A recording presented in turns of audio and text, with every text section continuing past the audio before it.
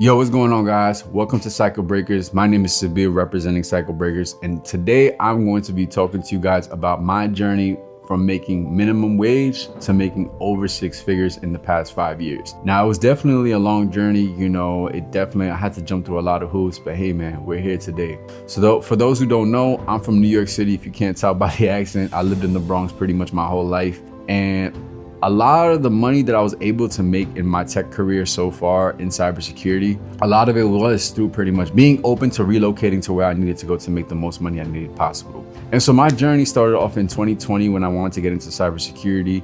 At the time, I was making $15 an hour as a security officer at a train station. And I was also working in a hospital as well, in a psychiatric center. And I was also making minimum wage there as well. And at the time, I also had my bachelor's in health science. The reason why I made that pivot into cybersecurity, because I realized that the medical field was not for me. I realized that taking care of patients was just not for me. Even though I was a security officer in the hospital, I saw what everybody was going through. I saw what the doctors, the nurses, the patient care technicians, everybody was going through taking care of patients.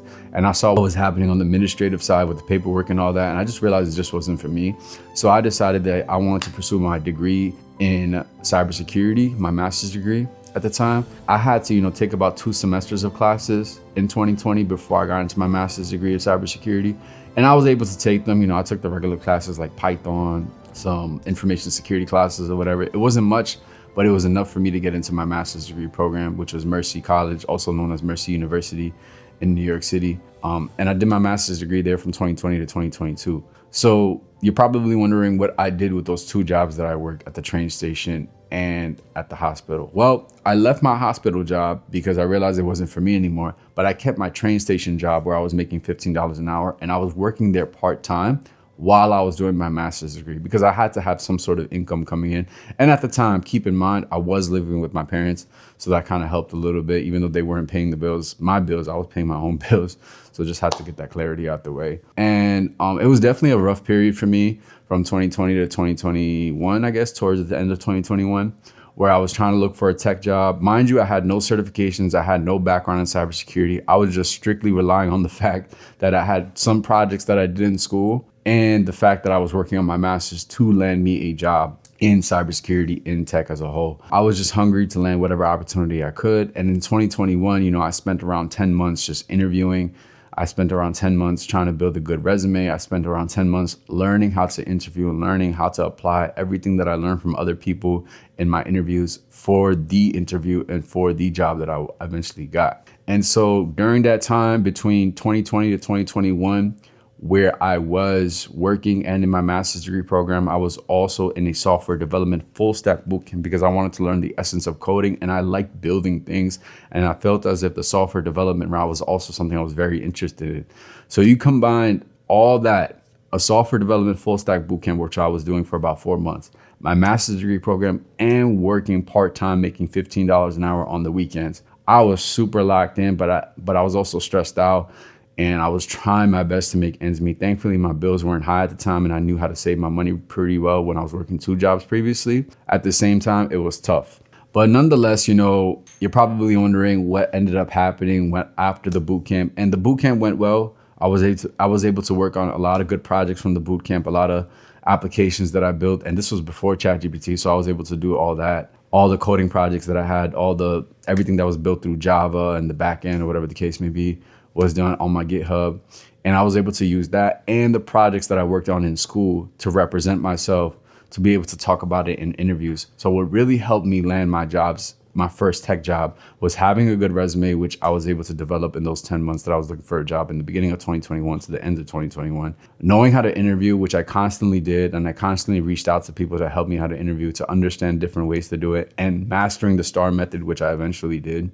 Still working on it today, but I feel as if I got it down packed. I landed my first tech job in 2021 in November at Accenture, and I was making $60,000 a year. Now, mind you, like I said earlier, I was very much open to the fact of relocating. I didn't care where I went. So keep in mind, even though I was making $60K as my first year in tech, and I was an application development analyst for Accenture, which is a consulting company for those who don't know, I had to move from New York City to Tampa, Florida for my first tech job. It was quite a move, but understand the fact that I was willing to move for a role that put me in a position later on, which I'll get into, for higher paying roles, higher paying jobs in tech. So my first job was as an application development analyst at Accenture in Tampa, Florida. And I started off making 60K with my yearly bonus being around 5K. 65K was my first salary. And mind you, that may not seem like a lot for some people, but for someone who was making minimum wage, $15 an hour, working part-time on the weekends, to instantly jumping to a 65K salary, that to me meant a lot. But at the same time, again, I had to go through a lot of hoops to get to that point. I had to work on my resume consistently interview. I kept getting denied by jobs. But one thing that helped me was the fact that I was relentless and persistent. From $15 an hour, minimum part-time, to 65K, and moving to a new city was definitely exciting. And during that time as an application development analyst, I had also finished my master's degree in 2022. So got my degree, I was getting my experience. It was a great time. But, my master's degree, like I mentioned earlier, was in cybersecurity. And so, after about a year and a few months of experience at Accenture in 2023, I realized that, I really want to work in cyber. So I have my experience, I have my projects, and I have my master's degree to help me. So I realized, let's pivot and try to get into cybersecurity. Mind you, I had no certifications at the time. I got into tech with no certifications. And also keep in mind, I got into my role at Accenture before I even finished my master's degree. So what really helped me was my resume and knowing how to interview. And of course, the projects on my resume helped as well for me to talk about. I started my job hunting journey again after about a year and some change at Accenture because I wanted to get into cyber and I wanted to make more money. Mind you, I was still willing to relocate, which I did for my second job. And my second job, I landed in 2023, I landed an information security engineer role at Wells Fargo, which is, of course, is a Fortune 50 company, or I think Fortune 100, one of the two. And I was so excited about that because it was my first cyber job. It was an information security engineer. And for those wondering what I did identity access management, mainframe security, and I did a lot of cloud development as well. And I was there for 2 years, and my salary jumped from 65K to 90K. My base was 82.5 at Wells Fargo, and then I had gotten a yearly bonus of 8,000, which was around 10% of my salary. And so my salary jumped from 65 to 90K, which is around 30%, which I believe is a pretty good increase after my first year and some change out of tech, in tech, And so I was there at Wells Fargo for around 2 years, understanding how it's applied in the professional environment. And, it was definitely exciting, but very challenging because when I came into Wells Fargo, I was brought in as a backfill because one of the seniors on the team was retiring the following year. So I had to take on his workload. And that matters in context for this story because this is the reason why I ended up making six figures. And I'll get to that in a bit. But yeah, I was learning about identity access management in 2023 to 2025, learning about mainframe security, learning how everything applied and how the team at Wells Fargo, of course, there's so many teams in cyber at Wells Fargo, but how I, as an information security engineer, applied the tools that I use inside of Wells Fargo to make an impact. And what ended up happening was a year after I joined Wells Fargo, the senior that I was replacing retired, and I took on senior level work for about a year and some change. And, I was one of those people who waited, I'm doing senior level work now. Probably my end of year, I'm probably going to get a promotion. I'm probably going to get a bonus and a good raise. None of that happened. I barely got a good promotion. I didn't get no promotion. I barely got a good raise. I think it was like a 3% raise, which is like what the inflation rate was, whatever. So they thought it was good. For me, it was horrible. And my bonus was like around the same. It didn't really change anything, to be honest with you. And that's when I decided, after my performance review in early 2025, I realized it's time for me to jump ship. I don't feel as if I'm valued enough here, even though the work that I did, I really enjoyed the work that I did. That's the thing. That was the key. That was the thing for me that really bothered me the most. I enjoyed the work that I did, but I wasn't getting paid what I wanted. So, but still, I had to make my way out. And again, I was open to relocating. I forgot to mention, by the way, I relocated from Tampa to Charlotte, North Carolina for my second tech job. Forgot to mention that. I relocated from Tampa to Charlotte, North Carolina. So my tech journey started off in New York City. I ended up in Florida for my first tech job, and then I ended up in Charlotte, North Carolina. But going back to the stories, I had to mention that because I forgot to mention it. But yeah, I started my job hunting journey again in early 2025 after I got my performance review around January, February. And, you know, it took around 2 or 3 months of constantly interviewing, tweaking my resume and working with different people, and working on a few projects. Mind you, I still had no certifications, right?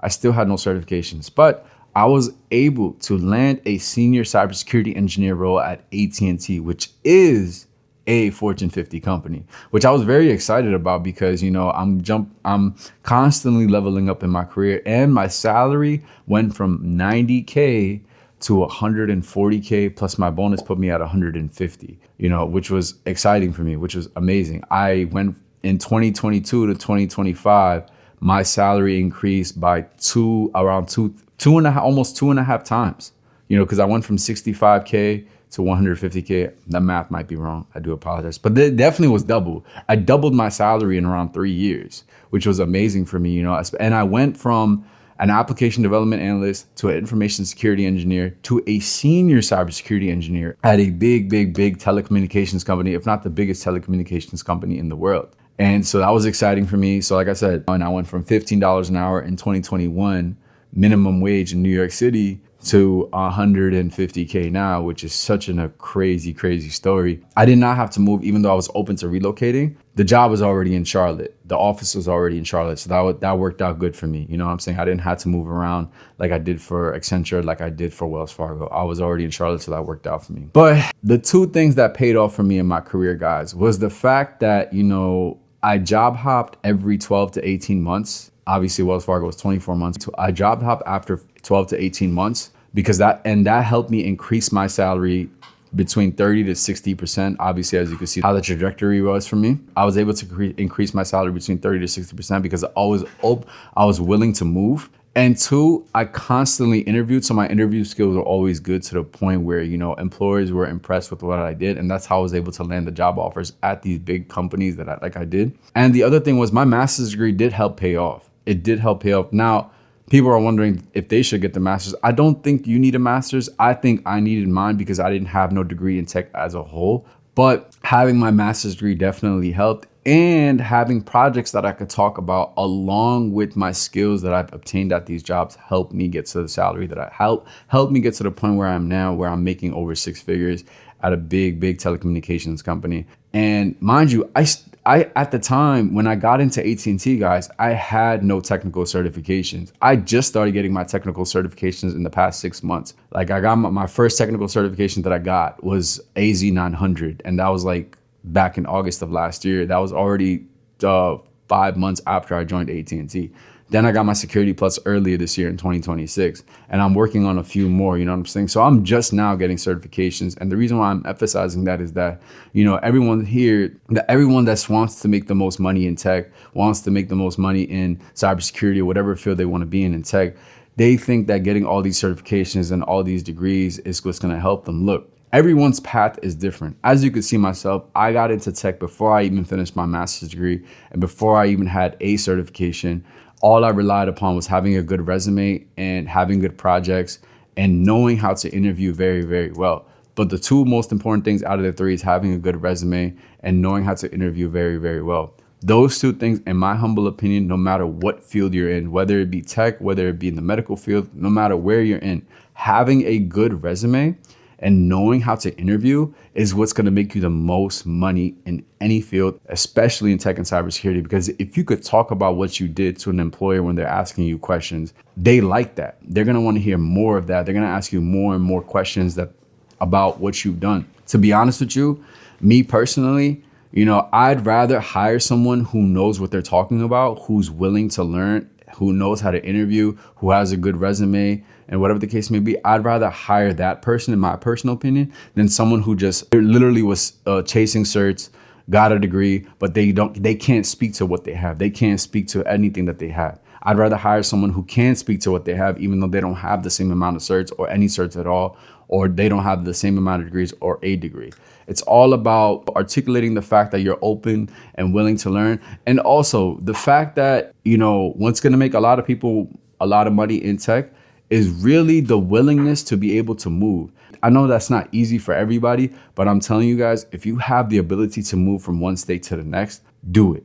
You know, obviously do your research, narrow down the cities or states that you would like to live in the United States, whatever the case may be, but have that willingness to move, man. That's also gonna help you make a lot of money, whether it be in tech or cybersecurity, like in my case. But yeah, guys, that was my journey. I know that was a lot to take in. I know that was a lot of me sharing, but I had to be transparent about my journey on how I went from minimum wage to making six figures. I had to give you guys the whole spiel. I didn't want to just be direct. I wanted to break down each and every single moment that I had on what led me to getting from here to here. I'm really excited about sharing different ways on how people could break into tech and cybersecurity and just in any field in general. I'm really excited about sharing my experience with having a good resume and how to answer certain interview questions. I'm all about sharing all that information because I'm living proof, and that's what got me to where I am right now.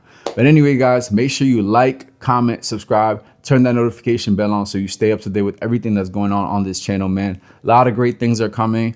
I appreciate you guys tuning in. This is Cycle Breakers, and I'm Sabil. I'll see y'all later, man. Have a good one.